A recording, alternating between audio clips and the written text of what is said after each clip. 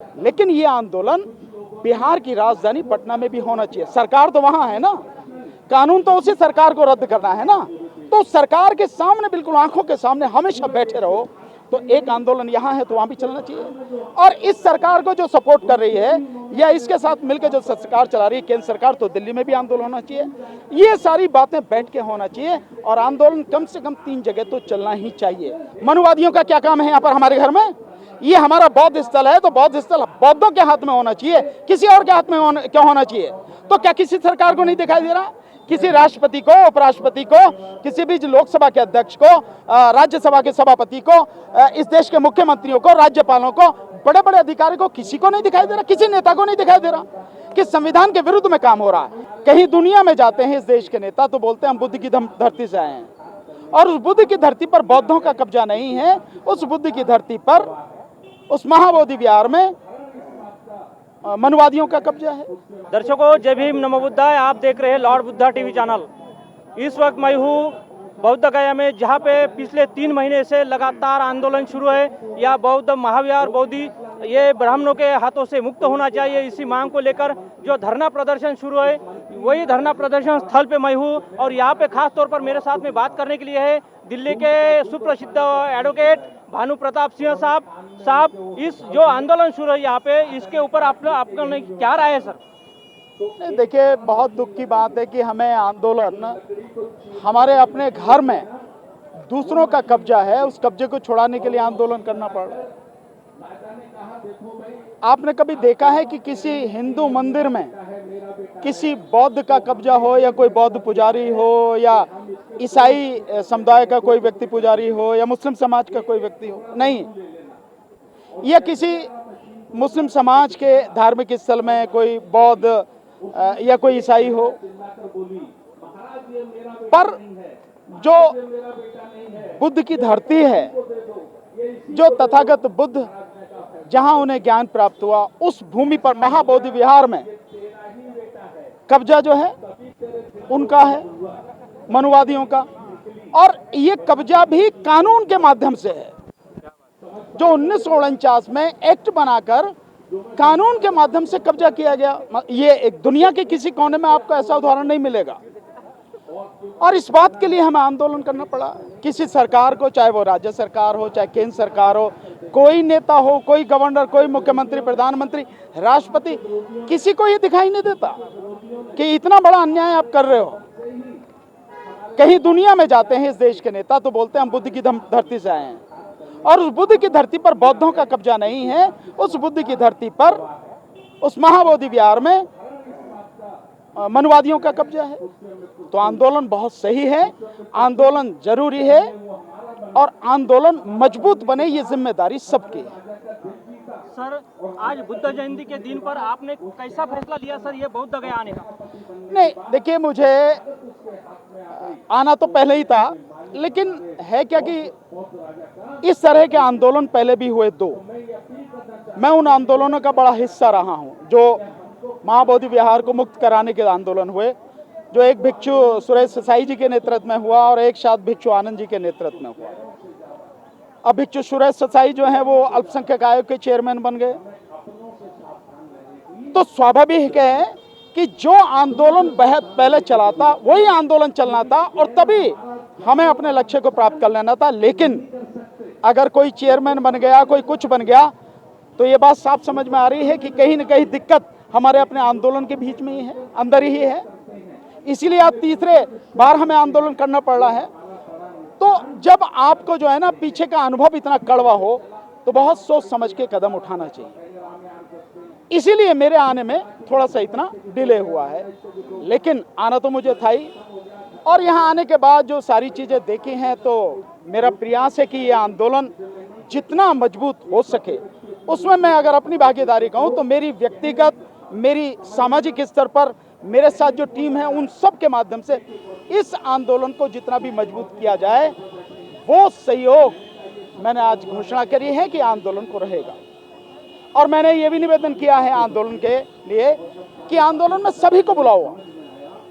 हो सकता है किसी से हमारे विचार न मिलते हों, लेकिन आंदोलन अगर वो भी करना चाह रहे हैं तो इसमें किसी के साथ लेने में दिक्कत क्या है? किसी को भी। इसमें हजारों लाखों संगठन हैं देश में बहुजन समाज के, सबके अंदर कहीं ना कहीं कोई ना कोई तो एक भावना है कि भाई समाज के लिए कुछ होना चाहिए। उन सबको बुलाओ, छोटे बड़े संगठन जो भी हों, जो भी सामाजिक राजनीतिक कार्यकर्ता हैं, काम करने वाले लोग हैं, विद्वान लोग हैं, वकील हैं, इंजीनियर हैं, डॉक्टर्स हैं, सबको बुलाओ, सबको बैठ के बात करो, चर्चा करो, एक संघ बनाओ और संघ बनाकर फैसला लो। जैसे मैंने उदाहरण दिया कि जैसे हम किसान आंदोलन में रहे, 13 महीने किसान आंदोलन चला, 550 से ज़्यादा किसान संगठन थे, लेकिन उन सब ने मिलकर 40 लोगों का एक पूरी वो बनाया, मोर्चा बनाया, और उस मोर्चे में जो 40 लोग शामिल थे, नाम उसका दिया संयुक्त किसान मोर्चा।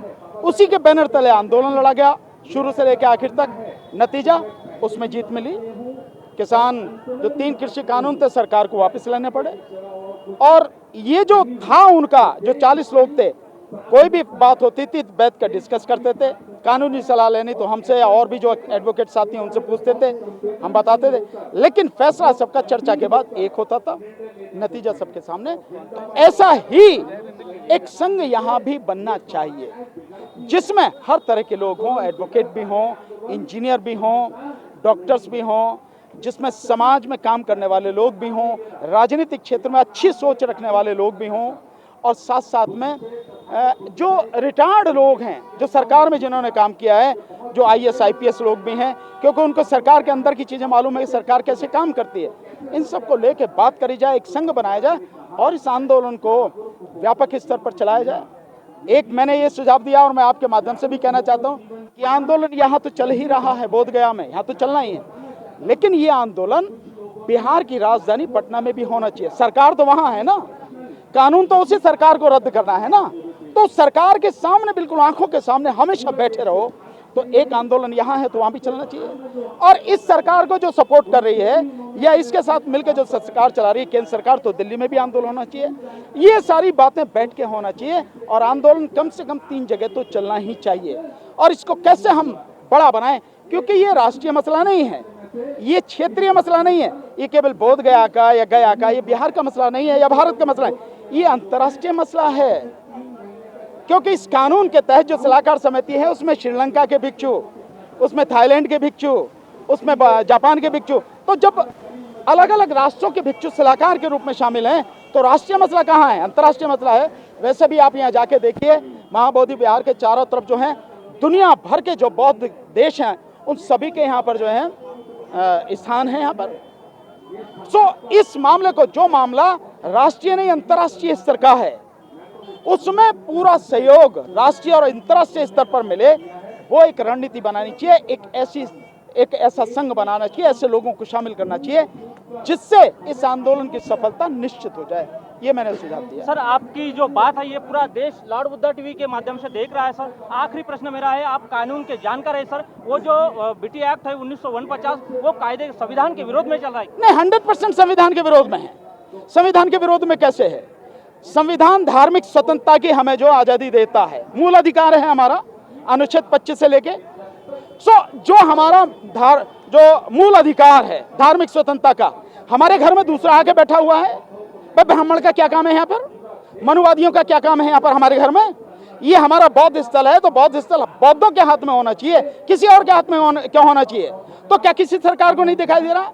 किसी राष्ट्रपति को, उपराष्ट्रपति को, किसी भी लोकसभा के अध्यक्ष को, राज्यसभा के सभापति को, इस देश के मुख्यमंत्रियों को, राज्यपालों को, बड़े बड़े अधिकारी को, किसी को नहीं दिखाई दे रहा, किसी नेता को नहीं दिखाई दे रहा कि संविधान के विरुद्ध में काम हो रहा है? तो कानून को पूरी तत्काल प्रभाव से रद्द करना चाहिए। मैं तो कहता हूं अगर केंद्र सरकार चाहे तो केंद्र सरकार अपने अधिकार से इसको खत्म कर सकती है, उसमें राज्य सरकार की जरूरत क्या है?